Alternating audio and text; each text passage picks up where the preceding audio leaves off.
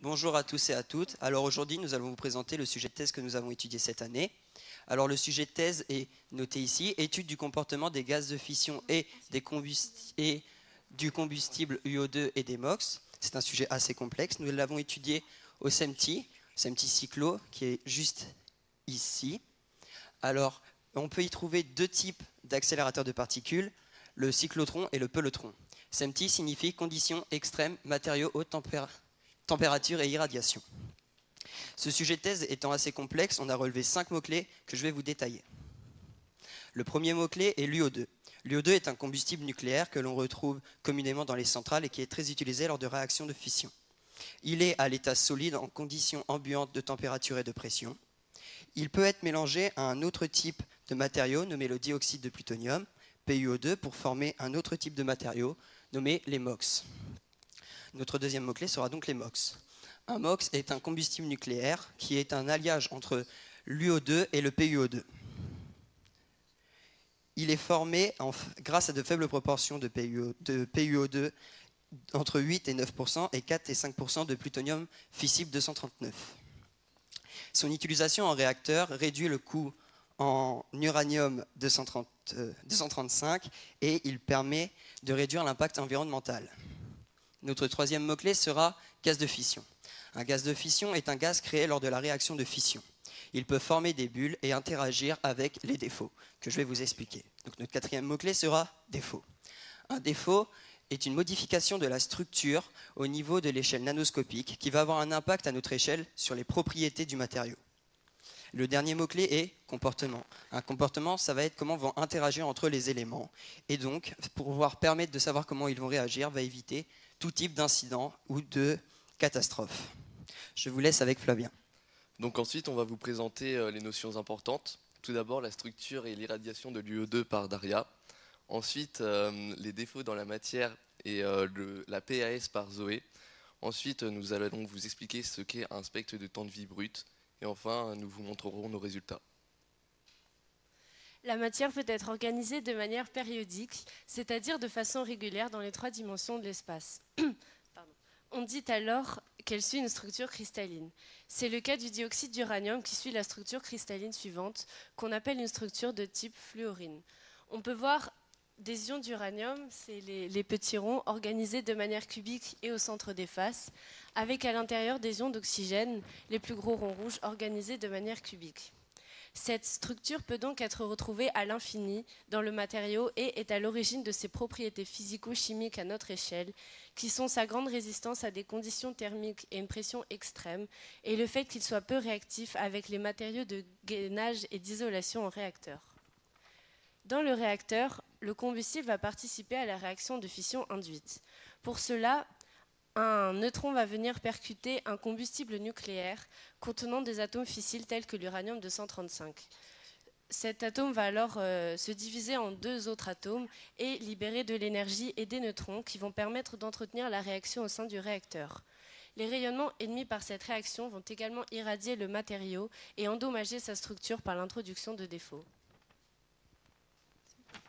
Suite à la fission, l'endommagement de la molécule, de la structure, va donc être produit par des défauts. Donc, nous avons plusieurs sortes de défauts, dont des défauts ponctuels, comme vous pouvez observer, c'est-à-dire des défauts dans lesquels il y a des absences de molécules et d'atomes, d'uranium et d'oxygène. Il y a aussi des défauts interstitiels, c'est-à-dire là où des molécules et des atomes s'insèrent dans la structure. Ils peuvent modifier l'équilibre de l'atome puisqu'ils sont chargés de façon neutre ou de façon positive. Donc voilà. Nous pouvons détecter ces défauts à l'aide de la spectroscopie d'annihilation de positons. C'est-à-dire que nous avons deux échantillons en forme de disque, d'entre lesquels se trouve une source de positons. Donc vous pouvez regarder ici plus près, c'est un zoom. Il y a le positon qui rencontre un électron, ce qui produit des rayons gamma. Ces rayons gamma que l'on peut détecter à l'aide du temps de vie. Et nous pouvons observer ces résultats à l'aide d'un logiciel qui se nomme AnaPCR1. Donc après avoir mesuré, on peut voir un spectre de temps de vie. Donc c'est ce qu'on a mesuré. Donc sur ce spectre de temps de vie, on voit les rayons gamma qui sont dus aux annulations en fonction du temps en picosecondes. Mais sur ce spectre, on peut voir d'autres choses, comme le bruit de fond, qui est dû aux annulations en dehors du matériau. Puis la résolution du spectromètre, qui est notée FWHM, elle est en forme gaussienne. Et enfin les composantes de temps de vie, qui sont en forme de pente décroissante sur ce spectre. Donc ce qu'on extrait grâce au logiciel AnaPCR1, c'est un spectre expérimental. Et grâce à ce spectre expérimental, on obtient le temps de vie moyen qui est marqué taux AVG et les composantes de temps de vie LI et taux I. Donc grâce au logiciel AnaPCR1, on cherche à obtenir des composantes de temps de vie qui correspondent à la fois à taux I, donc le temps de vie des positons dans la matière, et LI, l'intensité de chaque type d'annihilation, qui correspond à un temps de vie particulier. Donc les temps de vie sont spécifiques à la zone d'annihilation, car en diffusant les positons dans les matériaux, ils sont plus susceptibles d'aller dans les lacunes chargées soit neutres, soit chargées négativement, en raison de leur charge positive, ils vont être du coup naturellement attirés par les charges négatives. Donc à l'introduction d'un positon dans le matériau, ils vont se retrouver piégés dans une zone où ils vont chercher à s'annihiler avec un autre électron. Et le temps qu'ils vont mettre à s'annihiler, ça va être ce qu'on va rechercher, ça va être notre temps de vie. Donc on a donc un temps de vie sans défaut qui correspond à 170 picosecondes pour le dioxyde d'uranium. Et ensuite, pour déterminer le type et la taille du défaut, on cherche le temps de vie où reste le positon après l'annihilation. Alors voici les résultats. On les a rentrés donc dans les tableaux.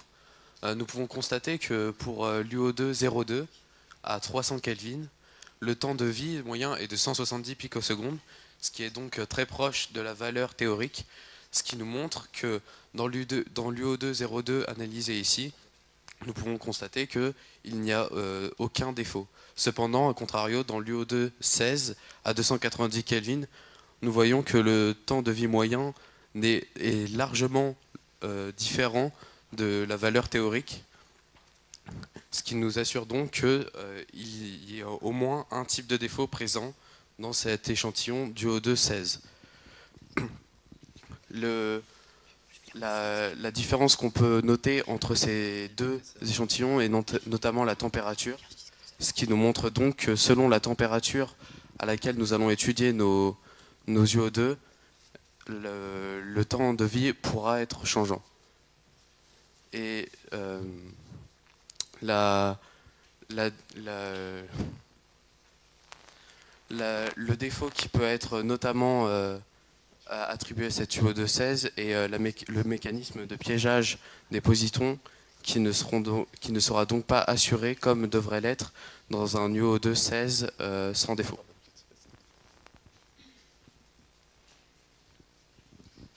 Donc, comme conclusion, ceci nous a permis d'apprendre à mieux connaître le métier de chercheur et donc la thèse de Marilyn.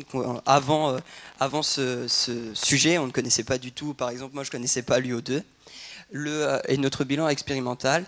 Et donc, une nouvelle méthode avec de nouveaux logiciels tels que AnaPCR1 ou bien Excel qu'on n'utilise pas forcément au lycée ou même en mathématiques.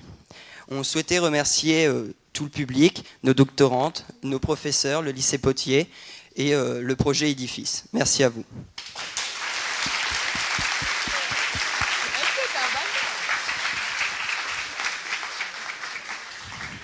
Est-ce que vous avez des questions? Pas de questions. Tu t'es porté volontaire pour une question? Non. Bon, moi si j'en ai une quand même. Vous travaillez, il y a un machin qui s'appelle la Loire, là, qui passe à Orléans, et le long de la Loire, il y a plusieurs réacteurs nucléaires. Et là, j'ai entendu uranium, nucléaire, spectre, temps de vie. Vos parents n'ont pas eu peur?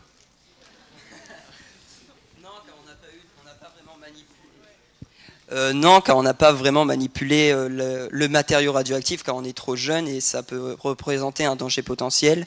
Donc on a surtout fait de l'analyse sur ordinateur et sur des valeurs théoriques et sur des valeurs qu'elle faisait elle-même. Et du coup, nous, on faisait sur un AP-série le logiciel et la représentation du temps de vie. Merci. Une autre leçon, c'est que nous, on apprend à faire ça de manière propre, de façon à éviter les risques, aussi bien dans le laboratoire qu'ensuite quand c'est utilisé. On essaye. Donc bravo encore.